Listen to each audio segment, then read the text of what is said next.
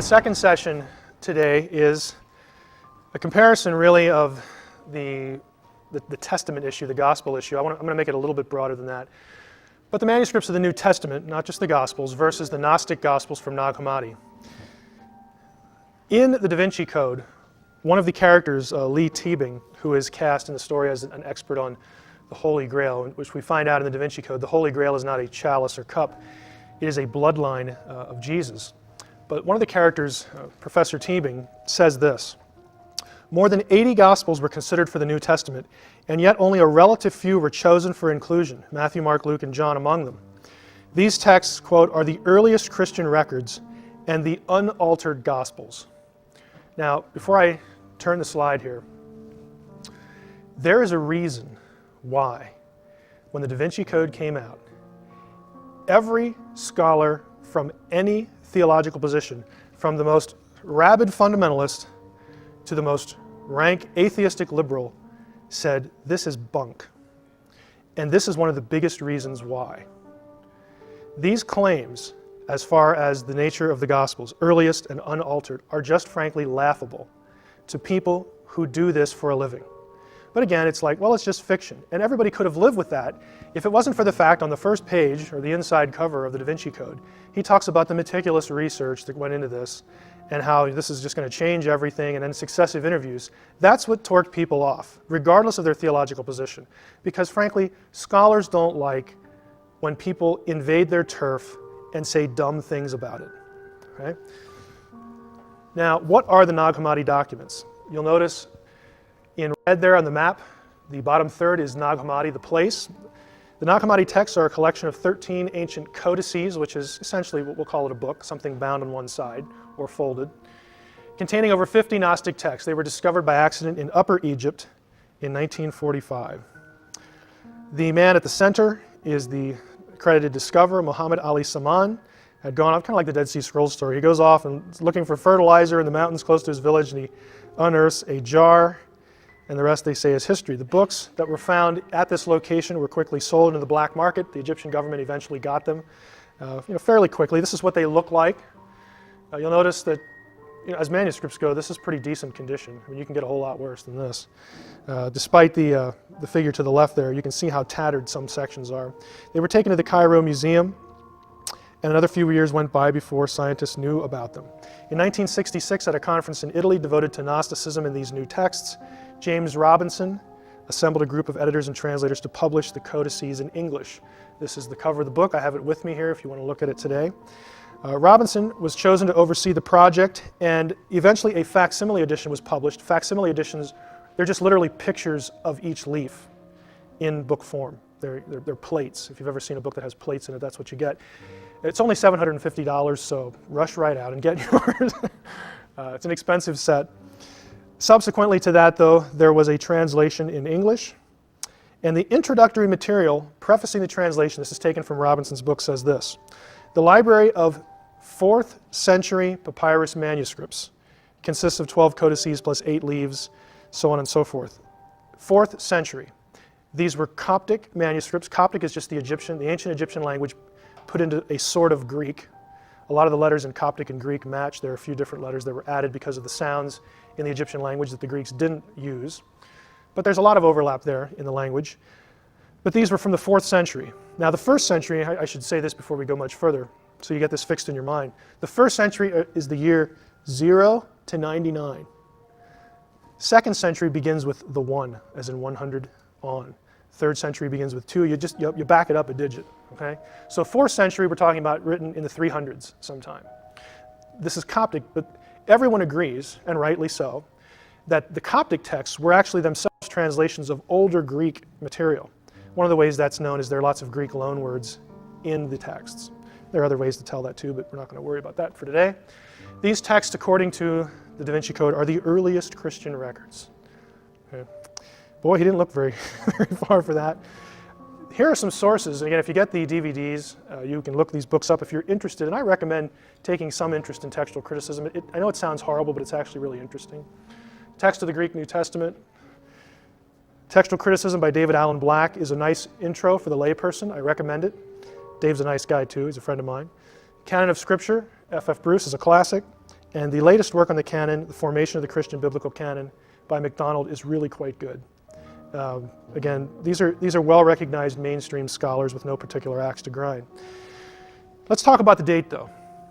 From those books were my sources, places you can go to check up on me as I go through this. If you look at the timeline here, you have the cross, 33 AD. We'll take that as a sort of a consensus date. New Testament Gospels and Acts, the book of Acts, which is the fifth book in the New Testament order, were written sometime between 50 and 80 AD. That is not a conservative fundamentalist number. That is a consensus view. There are very few people who would date them before. Some people would put Mark in the 40s. And there are very few people who would go beyond 80 for any gospel, 50 to 80. Now you have the presumed Greek originals of the Gnostic text, and you can see with the blue there that we're talking at least 100 years after the New Testament books. And then, of course, the Coptic Gnostic copies. Now, why 50 to 80 AD for the New Testament? What's the evidence? In other words, are you going to come here and just have me tell you that and walk away thinking, oh, that's nice? Why do people say that? Well, there's actually evidence for that. 3 non-technical points for today are the Gospels, all of them, or at least Matthew, Mark, and Luke, prophesy the destruction of the temple. In other words, there's a prediction. Jesus makes predictions about the temple being destroyed. That happened in 70 AD. Everybody on the planet knows that. Okay? However, none of the Gospels mention its fulfillment. So the presumption is that they were written prior to the fulfillment of the prophecy, because nobody mentions it. And that was a big deal in Judaism, a huge deal. Luke never mentions the death of Paul and Peter in either his Gospel or its sequel, the book of Acts. We know from external sources that Paul died in the late 60s, 66, 67 AD.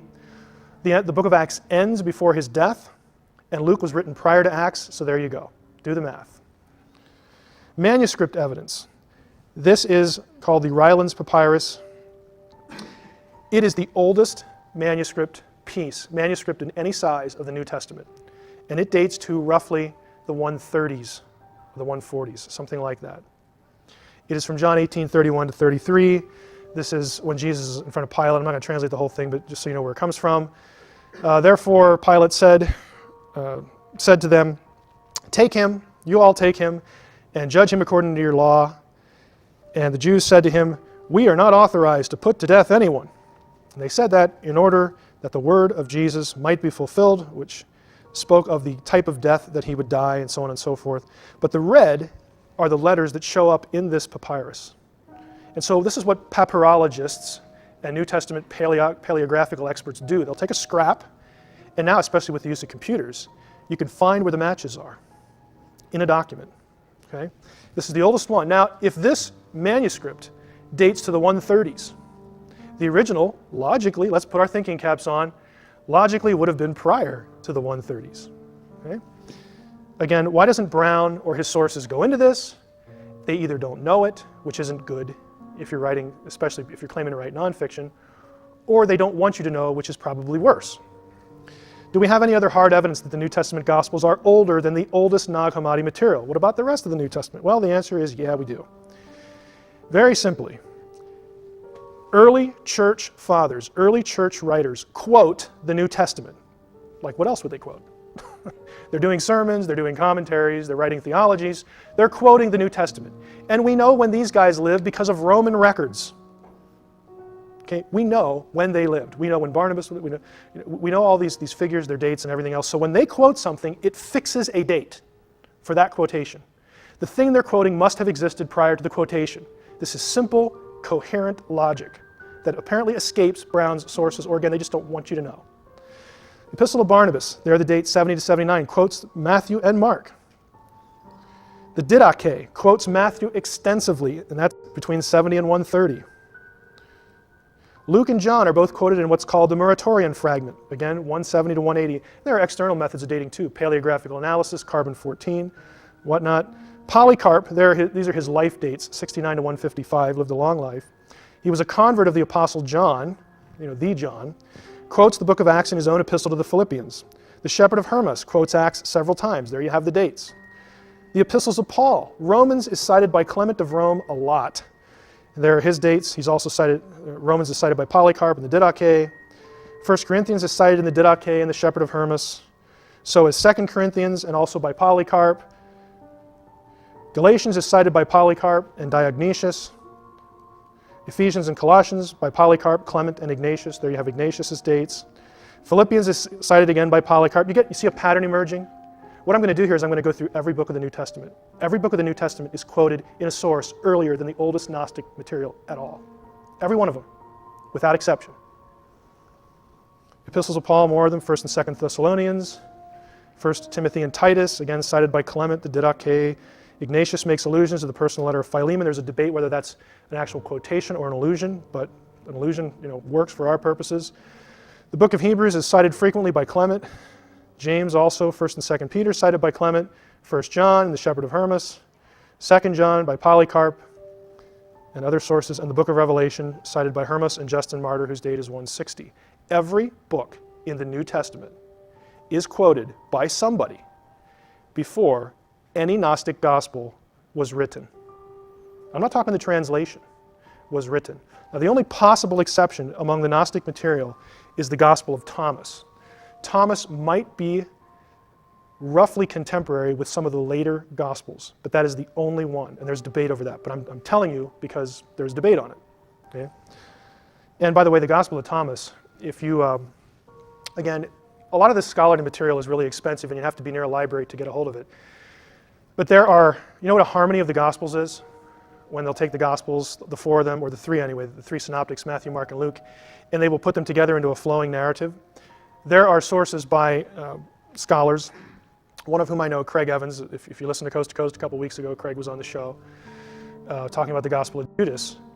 He has produced a harmony of the Gospels and Thomas, so that you know where Thomas quotes from the Gospels. Okay? Now, let's put our thinking caps on again. Again, I'm really speaking to people who are going to view the DVD who just are enamored with the Da Vinci Code. If you're quoting from something, that something exists prior to your quote.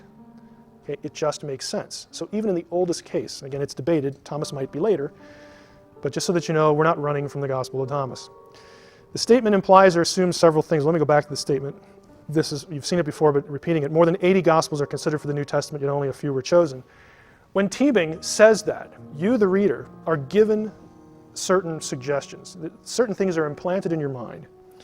Things like that all the Gospels written in the ancient world were being considered at relatively the same time. There are over 80 Gospels considered, like they're having this big smackdown of Gospels, like we've got to choose which ones are in now. That isn't true. Again, in the Da Vinci Code, Brown's academic characters make the assertion that the decision over what books to include was done at Nicaea. Nicaea did not meet to discuss anything about the canon. We'll get to that when we get to Nicaea, the session on that. But it's not true that all the Gospels were around and they being considered at the same time. He also sort of plants the thought in your head that there existed no early consensus. In other words, roughly around the decades that followed the writing of the New Testament Gospels, for which Gospels told the true story of Jesus, there was a consensus about which Gospels correctly preserve the story. The early church almost immediately recognized what we know as the four. And we're going to talk a little bit about that in a minute or two. But there was an early consensus. What Brown wants you to think is that nobody knew. It was just so up in the air. What do we do? We've got 80 Gospels. How do we know? There was a consensus long before most of the other ones were written. In fact, if Thomas might be the only exception. The four were in existence before any of the other ones were around. That sort of compels a consensus if there's only four to start with. Third thing is that he creates the impression that all the Gospels were worthy of equal weight or consideration. Nobody believed that in the ancient world. Some liked others. Oh, that one's kind of cool. I kind of like the way that guy says that. And some of them, this is just ridiculous. Why would anyone want to read this? Who's the idiot that wrote it? I mean, it was an uneven thing. It was an uneven thing as far as the other Gospels. The fact is that the followers of Christ had chosen the four canonical Gospels very early, again, with the possible exception of Thomas. Now, here's how we know that. Okay, don't just take my word for it. Here's how we know that. John dies roughly 96 AD. We know the Gospels are 50 to 80. John dies right around 100. In 144, this is 50 years, basically a generation afterward, we have a guy named Marcion come along. Marcion produced some writings in which he divided up the books he thought were inspired or were worthy of canonical status, and he grouped them into two headings. the gospel and the apostle. Basically, the gospel he liked, and then certain writings of the apostles. Marcion was kind of flaky. A lot of church fathers took off after him. But the important point is that he was thinking of which books were accepted. He did not include the Gospel of Thomas. He did not include any of the Nag Hammadi Gospels. Marcion, to call Marcion orthodox is really iffy. So he could have felt very free to include one of the Gnostic Gospels in his, but he doesn't. And you can go look up Marcion and read about him if you want. Justin Martyr, in 160, produces a listing of what he calls the memoirs of the apostles. In 170, Tatian did something very important. He produced what's called the Diatessaron. It was a harmony of the four. This is 170 AD. Again, this is before most of the Nag Hammadi Gospels are even written. They've never even seen the light of day. Tatian produces a harmony of the four: Matthew, Mark, Luke, John. And it's still available in fragmentary form, mostly in Syriac. The Muratorian fragment, again listed various books as canonical. Again, the Gospels, 170, describes the four Gospels, 13 epistles of Paul, Jude, and 2 epistles of John, and attributes canonical status to them. Again, this is well before we have Nag Hammadi Gospels floating around. Now, I want to rabbit trail in Tatian's Diatessaron because there's another reason why it's important. 170 AD, he produces this fourfold harmony. This edition proved very popular, especially in Tatian's native Assyria, where the Syriac-speaking church was unwilling to abandon it at the beginning of the 5th century in favor of a new Syriac version of the 4 separate Gospels. Very popular. Now, the Gospel of Thomas, again, some people want to date roughly contemporary with the canonical Gospels, but here's the important point. The Gospel of Thomas is called the Gospel to Didymus Judas Thomas, and it shows that title comes from the eastern part of the Roman Empire, the Syriac-speaking church. That's the only place that designation is found, in that part of the world. That tells us that the Gospel of Thomas, whenever it was produced, was around in the Syriac church, and guess what? They did not include it in the Diatessaron. Tatian did not accept it at the level of the 4 Gospels. If he had, we'd have, the Pentatession or something, whatever is. I'm being a little flippant here. It's not the proper terminology in Greek, but you get the idea. You'd have 5. You'd have a harmony of 5, or Thomas would replace one of the other ones. Tatian did not deem it canonical. Guess what else? Tatian does not come from the western part of the empire, where the evil bishops, the evil Western church fathers could, twist his arm behind his back and say, you better not, you better say the right things about the Gospels. It's also what, 180 years or 150 years prior to Nicaea. The 4 were accepted hundreds of years before we ever get to Nicaea. If you're going to look at the primary sources, that's the only conclusion you can draw, because that's what they say. At least what we have left. Now, the other claim in the Da Vinci Code: the Gnostic Gospels are the unaltered Gospels. I really love this one. The statement implies or assumes some flawed ideas. One, that the Gnostic Gospels all agree on the details of Jesus' life and his teachings. The Gnostic Gospels don't all agree about who Jesus was and what he said and where he went and what he did. There are disagreements. They do not match perfectly. Therefore, there could have been some changes, some alterations, whatever. They're not this unified monolithic thing that, perfect agreement. It's just not true. It also implies that disagreements between the canonical Gospels invalidate them as accurate sources for the life and teachings of Jesus. Now, let's examine the logic a little bit before we move on. If I were to, let's just take a look here. Let's go to this one. The Gnostic Gospels do frequently agree or disagree. This is a quote from Dictionary of Jesus and the Gospels. You will notice here the portion that is in yellow. There are significant differences between the Greek fragments of Thomas, and we must therefore it must have existed in 2 versions, 2 redactions. So on the one hand, the Da Vinci Code wants you to think that the stuff in the New Testament just disagrees all the time about Jesus, and how can any of them be right? There must be errors in there. They don't give us a unified picture of Jesus. Something's wrong here. But over here, the Gnostic Gospels are unaltered. They just present this wonderful story about Jesus, and it's so coherent. And we don't have these problems over with the evil, nasty New Testament where the Gospels disagree with each other on points. It is just buffoonery. Okay? On the one hand, the Gnostic Gospels disagree a lot. On the other hand, disagreement doesn't mean error. Illustration. If Let's go back to 9/11. Maybe some of you did save the newspaper. If you went to New York the day after 9/11 and you bought 3 or 4 newspapers about what happened on that day, would the accounts all agree word for word? No.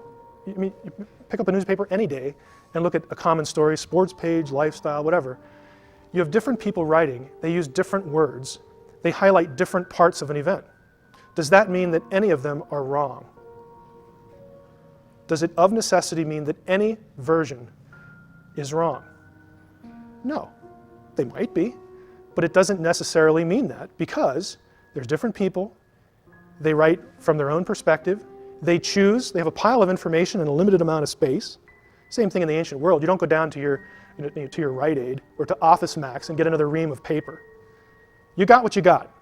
And if you screw it up, God be with you to find another piece of paper to write on, because it's not like you can't buy it. You got to make it. And it takes a long time. Or you got to go skin the goat that you're saving, for whatever meal. It's just a different world. On the other hand, let's put yourself in the classroom. Let's say you're a high school teacher, professor, or whatever, and you've given an assignment to your class to write a paper. And you go into class the day the paper's due, and you collect the papers, and you're shuffling through them in your office, and lo and behold, there's 4 of them here that they agree word for word.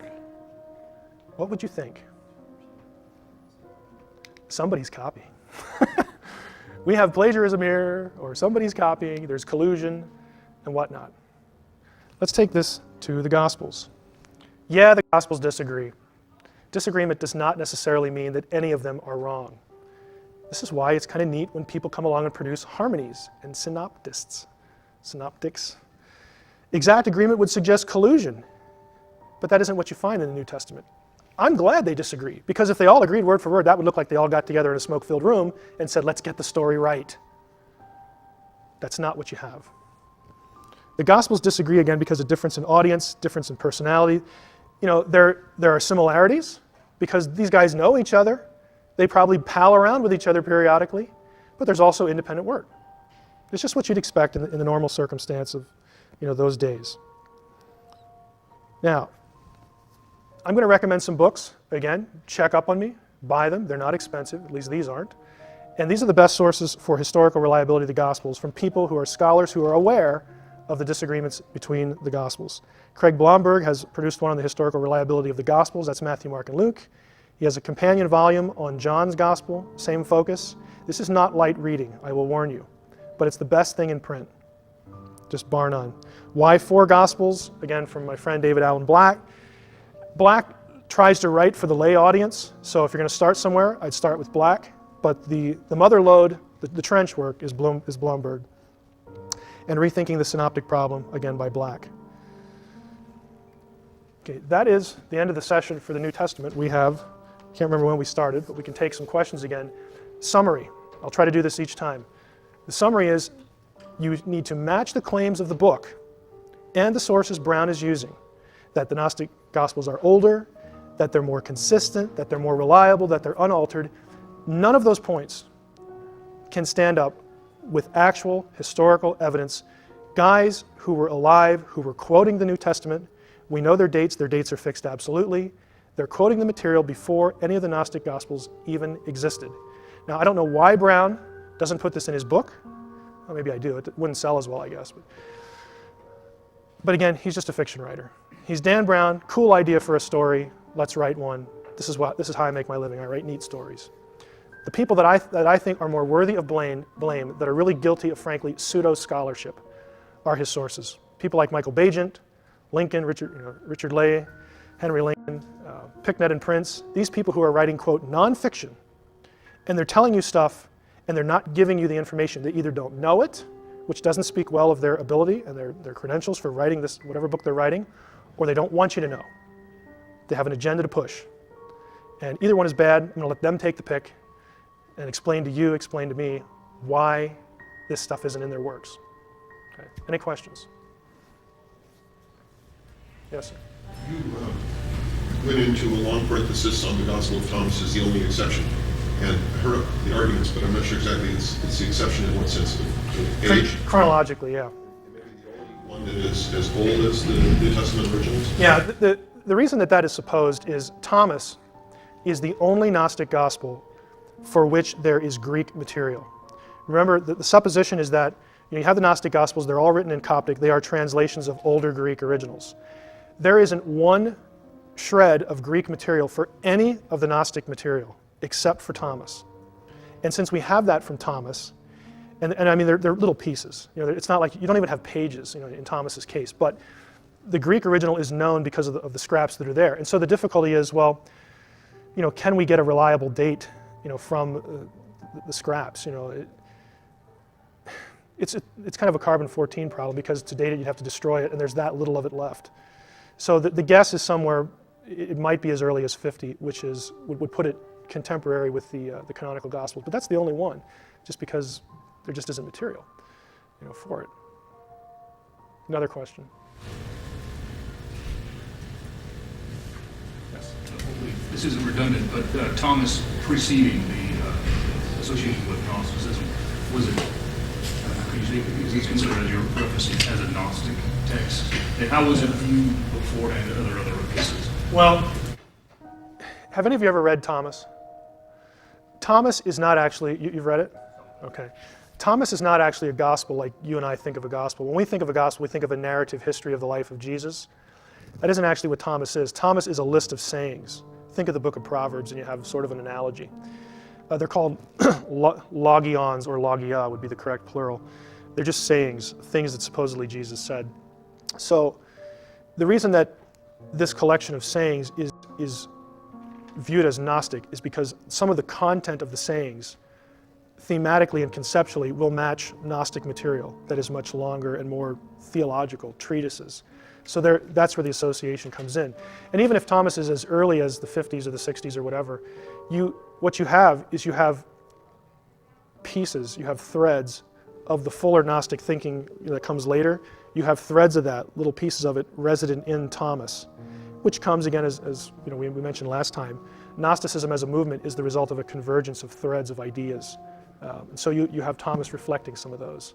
If all we had, you could go to some Dead Sea Scrolls, and if you just selectively quoted certain lines, and let's say nobody knew where this was from, and you just put it in front of a Gnostic scholar, and he read this line, he'd say, "Oh, that's Gnostic," because it sounds like something that's going to be expounded in Gnosticism later. But so you have these threads out there, these ideas, and that's where Thomas would get the association. Another question? So now, how did the Essenes fit into this, like the Cathar Essenes? What period of time were they from? The Cathars are, of course, in the Middle Ages, and they're going to, just a quick comment on them, the Cathars are going to pick up on certain ideas that are associated with Gnosticism, and so they get linked to Gnosticism, I think somewhat fairly. It's not that you could label them Gnostics totally, but some of the ideas are there. The Cathars, of course, are centuries, frankly millennia later than the Essenes. The Essenes, of course, are living before the New Testament era. The Dead Sea Scrolls will date on the spectrum. Some of the older Dead Sea Scrolls will go back as far as 300 BC.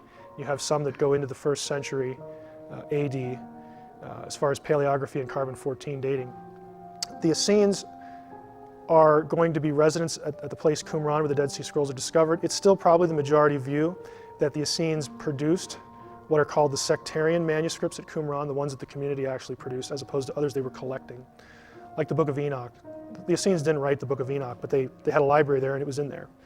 But some of the Dead Sea Scrolls they produced and wrote about themselves and their own ideas. Those are called the sectarian manuscripts. You will have certain ideas within the sectarian manuscripts, again, little threads that will show up later in Gnosticism. But it would not be accurate to call the Essenes Gnostics, because we don't have Gnosticism as a movement when I say movement, I'm talking about a religious system that has its own books and its own fully developed theology. You don't have that until 2nd or 3rd century, and we know that because of the Gnostic Gospels. That's the evidence for that. But you'll have certain ideas that are present at Qumran. A lot of the popular writers like Bagent and Lee and Lincoln and Picknett and Prince want to create some sort of association between the Essenes and the the Gnostics and the Masons and all these other groups. The only way you can do that is to ignore the date of the Dead Sea Scrolls. And I think there's one person, maybe two that I'm thinking of here. One for sure, there's one scholar who doesn't like the dating, Barbara Thiering, whose writings show up a lot in these other sources.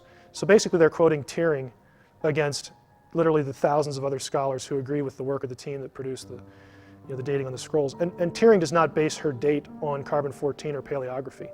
She thinks that she's unlocked a coded language in the scrolls that convinces her that there's overlap with the New Testament, and that even though no New Testament characters are mentioned in the Dead Sea Scrolls, and they aren't, go read them. I'm not keeping you from them. Go read the Dead Sea Scrolls. They're in English. You will not find any New Testament character in any Dead Sea Scroll. Zero, nada. I don't know any other way to say it. You just won't find them. But that doesn't deter Thiering. She says, well, the New Testament characters are encrypted, and they're coded in there. And I'm glad you brought that up, Ted. The best book written on this subject is right here. Written by two liberals. They're not fundamentalists. They're not evangelicals. They're not Bible bangers. Okay, they're two liberal scholars, Jesus, Qumran, and the Vatican. Frankly, they got ticked. They got upset. And, I have often made the comment on radio and in venues like this that it is such a crying shame that scholars think themselves too far above the interested general readership to fool around with this nonsense that people like Bajent Lee and Lincoln and these other guys are writing. Honestly, I travel in these circles. Scholars generally are elitists. That shouldn't surprise you, okay? They honestly think that writing against these guys is just frankly beneath them and is a waste of their time. Here's an exception. These two guys finally got irritated enough with this twaddle that they wrote this book. It's probably about 15 years old now. Let me take a quick look. 1994, 12 years. And this is a thorough dismantling of Thiering and all these popular writings. You finally had two guys. They weren't on the Scrolls team, so they're not part of the conspiracy, okay? They're just two New Testament scholars, early Judaism scholars that just said, enough, enough. This is nuts, and we're going to address it. So they did that. I highly recommend the book. It's out of print. You'd have to get it used, but I found a cheap copy, so you can too. Another question. Okay, let's quit then for a few minutes.